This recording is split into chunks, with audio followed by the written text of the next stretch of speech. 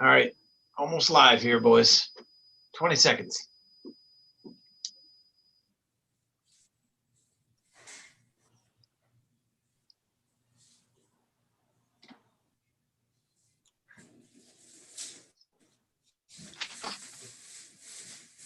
Welcome, gentlemen. This is the last day of round 2 of the Charity First Handicapping Challenge. Georgie from the Midwest, where are you coming from, buddy? Coming from the beautiful Mason, Michigan. And I've had a great stay here. Weather's great. The trees are beautiful.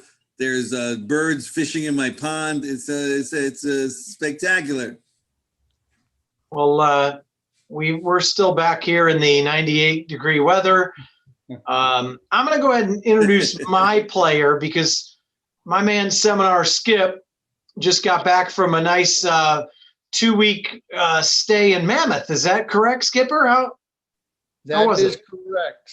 We was gone out there actually for 10 days. It was great. I went out there with my niece, her main man, their little baby, my cousin Keith, and then of course Janie and my dog Zenyatta, and we had a blast. And you got you had a big encounter with a very large bear, did you not? I did. If I would have caught some fish, I would have been in trouble. But it checked my stringer. There was nothing on it and just passed right on by. But I got some great photos. Let's hope you catch some winners today because Team Chappie needs you to move into the Final Four. Georgie, I see your man up there in the corner. Why don't you introduce your guest, buddy? Well, I mean, not only is he my man, he's my last man. He's my last man standing. That's it. Team Giorgio is kaput, except for Chris Adu. As they said in Star Wars, Chris Adu, you're my only hope. You're like Obi-Wan to me. Yeah, I need you, Chris Adu. Come on, baby. You got to come through for me. And you are actually the biggest money earner that we've had. You hit the biggest score. So I need you to keep bringing that score. What's going on, Chris? I'm doing excellent, George Chappie. Thank you so much, and look forward to having the contest with Seminar Skip. Skip, you look nice and refreshed, buddy. Chris, I am. It was a trip very well needed. We had a great time, and I feel honored I'm going up against you, buddy. I feel the same way too. So, you know, the great part about it all, it's going straight to charity. That's right. Number one. Yeah. And by the way, we're all nice and friendly now. George will explain the charity in a second. But I get up this morning at 5:30, and Adu's already talking smack on Twitter. Team George, we're going to take him down. So He was up early. it's not all fun and games, buddy. Let me tell you, Skipper. Really? Okay. No more Mr. Nice Guy, Chris. Georgie, tell them what we're doing, what we're playing for, buddy. What are the rules? What's the charity going? The fantastic charity, Karma, one of our favorites here, of course, California Retirement Management Association, where they take care of retired race horses. These races are so loved through their career, and Karma just makes sure that they are loved and taken care of after their racing career is over. And we've already raised a lot of money, over about $8,000 for this charity. Each of our players gets $300 real money. We're going to be actually playing their bets, and all the money that they earn is going to go straight to that charity. You get a $100 win bet, $100 to bet in an exacta or an exacta box, and $100 in the daily double, where you can bet a straight double or a part wheel. And again, all the money raised is for charity. And we've been doing a great job. It's been well received. And we want to thank our great handicappers, not only for raising money, but for giving us insight into the races and helping us wager. Yeah, no question. It's gone well so far. And, you know, I thought of that when he was talking about horses. And, you know, Skip took his dog, Zenyatta, on the trip. Now, Skippy, is that your favorite horse of all time? It's my favorite, that and Cigar. What's your favorite horse of all time? You know, she definitely was one of them. I also loved Goldakova, and just getting started in the game when my dad used to take me. I love Affirm too. So there's a few of them, but Zenyatta is definitely one. Goldakova is definitely at the top of the list. Affirm He froze on us there. Got some pictures. Lady Eli was definitely one of my favorites also.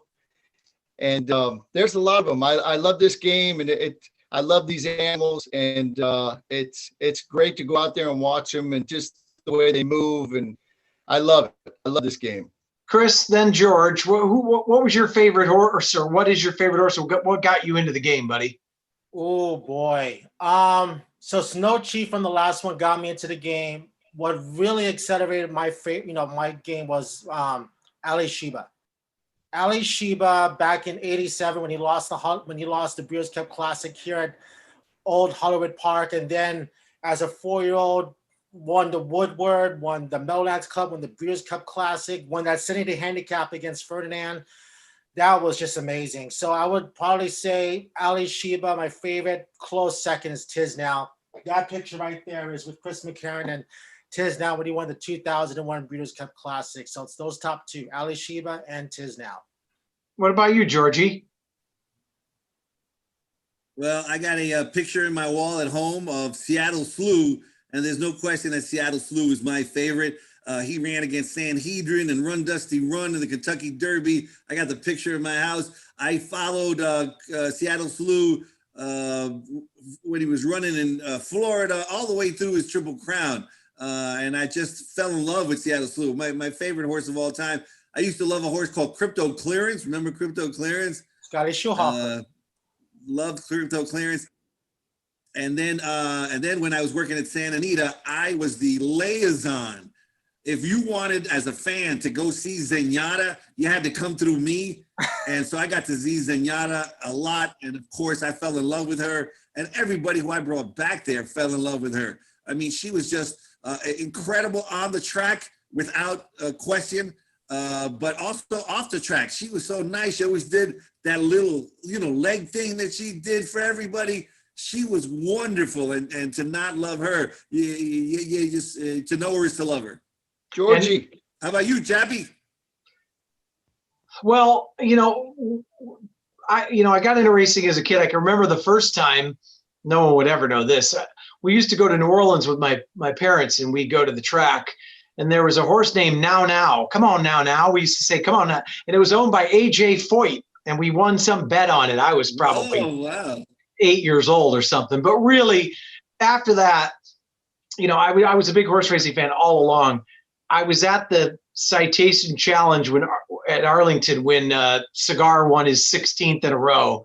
And that was the first time I ever saw a horse up front that knew he was the rock star, that you could really tell it, that gives you the chills. And then, of course, coming out here, and then like George said, the Zenyatta, everything about her. And I went back there and petted her at Hollywood Park. She was like a pet, but she's just unbelievable. So, and then we all have those horses, and we'll move on, that will secretly say, whether it's a $5,000 to $8,000 claim or whatever, the one that we singled or that was 40-1 that hit us our big score.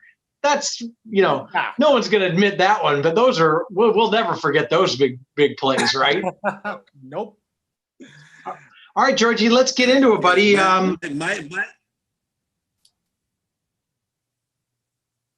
We lost you, bud.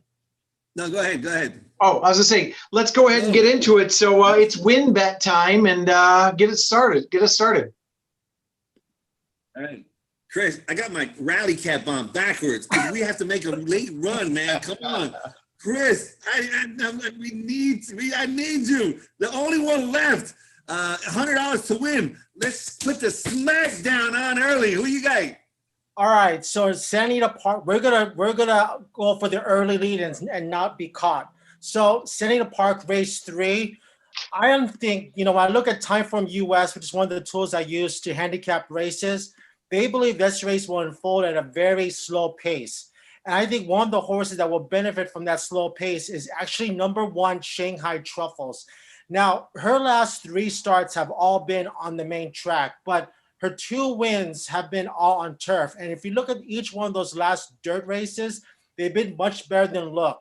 She was on a dead rail back on July 27th when she made her move with Harvest Moon, who went on to win the grade 1, the grade 2 Zenyatta 2 races in her most recent start. And in August 16, she was moved way too soon by jockey Mike Smith into a very fast pace, and then weakened to finish third. And then last time out in a sprint race, caught an undefeated winner in Magic at Midnight. I think now stretching out from a sprint over to a route, going back to the surface that she has won before in the past, and first time Umberto Rispoli. And from the rail, I think this horse will get to the front end, and then they have to catch Shanghai Truffles. So $100 to win on number 1, Shanghai Truffles. All right, $100 to win on Shanghai Truffles, who I am assuming, I'm pretty confident that is not going to be your favorite. There's Lavender looked good in that race. To some other ones. So you're going to get a good price on Shanghai Truffles, and we're going to take a big lead right off the bat. Chappie, I'm sorry. I mean, it really isn't. We're going to be way ahead, but go ahead. Give it your best shot. There's no chance that horse is going to be the favorite. I think you'll get every bit of 4-1. Getting Rispoli up here, and I like I'm a big angle player on pace makes the race, and Lonely leads, and Lavender is going to get a ton of play. So I think you're going to get a good price. Good luck to you there. But of course, Skippy's locked and loaded. What are we doing for our $100 win, buddy? Okay. We were talking about speed. I think this horse is going to be in front. It's number 5, Save the Story. Richard Baltas trains this horse. It was coming off a long layoff, a little over a year. They bet it down to favoritism. It stumbled at the start and kind of made a little move. And Baltus's other horse, I believe, ended up winning it that day. But now he adds blinkers. They put the bug boy on. I think they're going to try to put this horse on the front. Hopefully he'll keep going. So I'm going to take number 5, Save the Story, and race 10 is my $100 to win bet. Okay, so number 5. I'm sorry, you cut out there at the beginning, so I didn't know who you had. So number 5, Save the Story, another 4-1 morning line for Skippy, 100 to win. Second off, a long layoff for Richard Baltas, adds the blinkers today, hopefully wire to wire. All right, so Skippy goes to the last. That's going to put some drama in there. Georgie, what are you doing for your exacta, buddy? All right, we're going to Chris. We got the win is in the bag there. We're going to hold off everybody. Pace makes the race, and we got an exacta. What are you going to do with it? So I'm looking to blow the boxcars off in race number 3 by using number 2 Solitaire as my other horse in the exacta box. So Solitaire's got a lot of blue sky in front of her. You look at the favorite Lavender. Lavender has run already 11 times. You look at the second favorite, which is going to be number 3 Soothing. She runs 10 times. And you look at Solitaire, she's only run 3 times, and she's run the turf once, and she won by a nose, defeating a nondescript field. But what I'll do is that, I will overlook that fact that she beat a weak field, only because that she was only making her second start, first start rallying, first start on the turf. Last time out, Keith Sormo shipped her up to Golden Gate, and she ran second, being linked as the favorite. But that ended up being a very productive race. The fifth place finisher came back to win with a 75 buyer. The sixth and last place finisher came back to win with a 70 buyer. The winner came back to duplicate that buyer speed figure with a 77, and the third place finisher came back to earn a 77 buyer speed figure as well. She gets toward the inside today in post position 2. I think Victor will break, get her over to the inside, stalk Shanghai Truffles, and I think it will be an easy exacta box. So give me a $50 exacta box 1 and 2 in the third. All right, 1, 2. We got at least 1, 2 eggs in that basket. So we got 2 of our 3 eggs in that basket where we need Shanghai Truffles to run well. And certainly Solitaire's done nothing wrong. 3 starts, 2 wins in a second. Be good things coming pink, man. And good things coming pink is a pretty solid racehorse. So I think we got a couple of fillies that are going to bring us. It's going to pay very, very well. Oh, woof. If he hits this, it's a home run, baby. Come on. All right, let's go to you, Chappie. Yeah, I like it. Once again, I like the fact that you're going against the favorite. Lavender, after going to Peter Miller winning last time out, it's going to take a ton of dough. So if you're right there, Skippy's going to have to be on his A game, because that win in exacta is going to blow up the tote board. And obviously coming out of a key race, Skippy, he did his homework. So when he was tweeting this morning at 5 a.m., he obviously had been up since about 3 looking at replays. So where are we going, buddy? I know you were up early. What are we doing for our exacta? Okay, we're going to go with the 8th race for our exacta. I like number 2, Teton Valley. I like when they go turf to dirt, route to sprint. This horse has showed speed. Ryan Hansen cuts it back, and I love that last work. I think they're going to try to put this horse on the lead also, and hopefully he'll keep going. My exacta horse is the 7, this Mark Luck trained horse, Susie Q's brother. This horse ran really good at Del Mar. First off, they gave it a race, it looked like. Second time in September the 6th, came flying, ended up getting second. It had a little trouble at the start. So I'm going to go a $50 exacta box, 2, 7, and race 8. They're both kind of chucky, but I don't know. That's my exacta race, and hopefully it will get it done. All right. So after 2 plays in, Seminar Skip should have a double-digit lead. So you got some work to do in the double. Where are you going with that, Georgie? All right, before we go to the Daily Double, Chris, I just want to remind everybody that a couple of things here. First of all, meet's almost over, but you can still get you or a picture of you, a cutout of you in the winner's circle. Just go to santanita.com/cutout. And this way, if your horse wins, let's say you were an owner, you should get your picture in there. If your horse wins, you'll be in the winner's circle with your horse. Or if you're just a fan, you can put a picture of yourself in there. 100% of the money goes to Karma and to the PDJF, so it's a worthy cause. Also, remind you to bet the Golden Hour Pick 4. We were just talking about it before we got on the show. Just a bet that everybody's excited about. $1 minimum, so gets out some of that riffraff, and the takeout is very, very low. It incorporates the last 2 races of Santa Anita and the last 2 races of Golden Gate, and we love it. We've bet it just about every time. You will too. All right, Chris, I'm going to love this Daily Double. I got a lot of eggs in that basket. Are we putting more eggs in that basket? Yep, we're going to put more eggs in that basket because we're going to link up the race 3 with our 2 horses, the 1 and 2. And we're going to go back to race number 2 for our Daily Double play. So we're going to single number 6, Cal's Gem. So Cal's Gem has run 3 starts on the main track. She actually crossed the wire first in her second start, but got disqualified and placed third for drifting out, going towards the wire. And then today, what this horse is doing is cutting back from a turf route into a dirt sprint, drops into a maiden claiming tag for the first time, and gets the bug girl, Jessica Pfeiffer, on for the 10-pound bug, who is actually aboard for her workout. So if you go to XBTV and watch the October 12th workout, you'll see that Jessica Pfeiffer actually worked this horse in the morning. Drawn outside, he does have speed, so I think he'll be 40 plays close to a very slow pace, because the horse who I think will show early speed, number 1, Starship Chewbacca, kind of breaks slowly from the gate in his last 2 starts at Del Mar. So to me, I'm going to make a $50 Daily Double. Number 6, Cal's Gem in race 2, 2 in race 3, number 1 and 2. All right, that basket's full. If that basket fills up, oh, Nelly, that's going to be something. And Jessica Pfeiffer should certainly have her second lifetime win here on that Cal's Gem, who he ran, really well on the dirt. The turf tries, just put a line through him. But I think Jessica is sitting on a very good horse there in Cal's Gem. So hopefully we'll get that money. Boy, if we hit this, oh, my gosh. All the eggs are in the basket. We're going to have Humpty Dumpty or we're going to have a tremendous bankroll. Go ahead, Chappie. Yeah, and if you notice one thing that Chris has mentioned and Skip, XBTV, another great tool, but you guys do a lot of homework.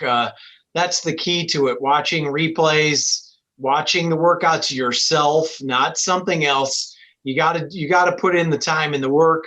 And that's how it pays off. And I know, Skip, you're big into that as well too, right, buddy? I am. I watch a lot of replays. It's very important. It's very time consuming, but it really seemed to pay off. I mean, not only just the obvious horse that we'll say in the form that's got trouble, you could catch horses that the form misses and doesn't mention anything about, or maybe the jockey was not trying, but just maybe thinking, okay, maybe next race, or it looks like they gave it a race. I love watching the replays. That's one of my best handicapping angles. It takes a lot of time, but it's very profitable if you get lucky. Yeah, Chris, same thing. Obviously, you put a lot of time in. You XBTV and a lot of workouts and replays.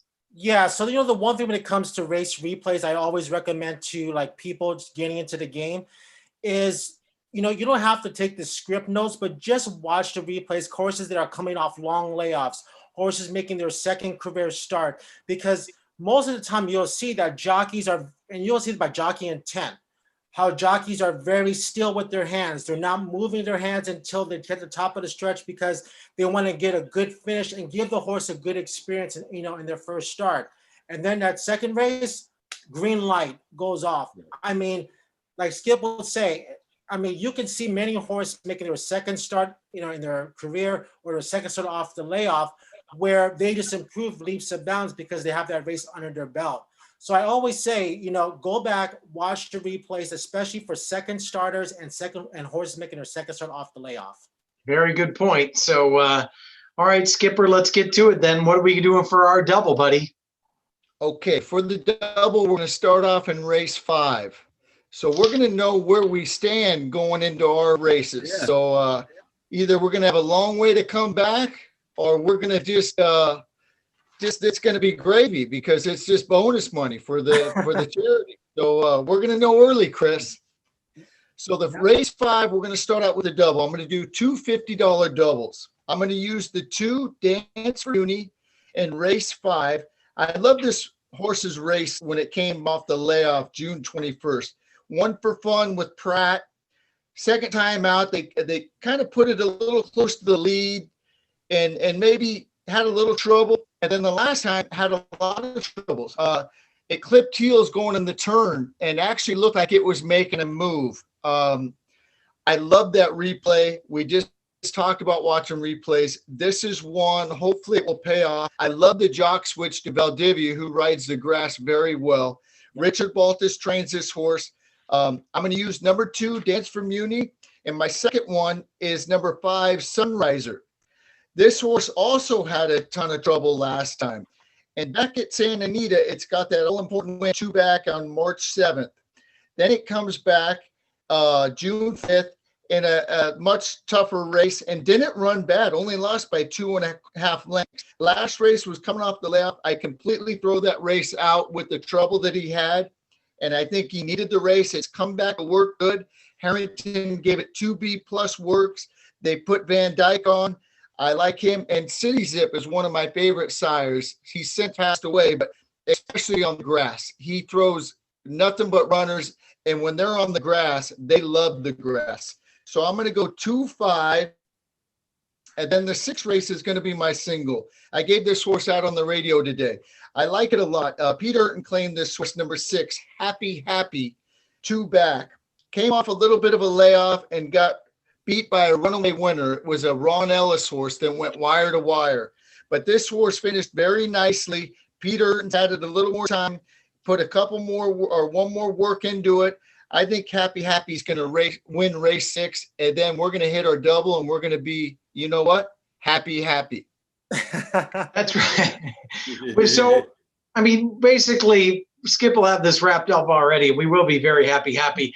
But, Georgie, just in case we have a tie, we have to have the tiebreaker. Now, ahead of the televised showing here, George and I did the very scientific rock, paper, scissors, and Team Chappie won this time. Now, George, since Skip has a pick in the 10th, why don't we call an audible and go to race 7? It's a full field, right, no big favorite. Big field.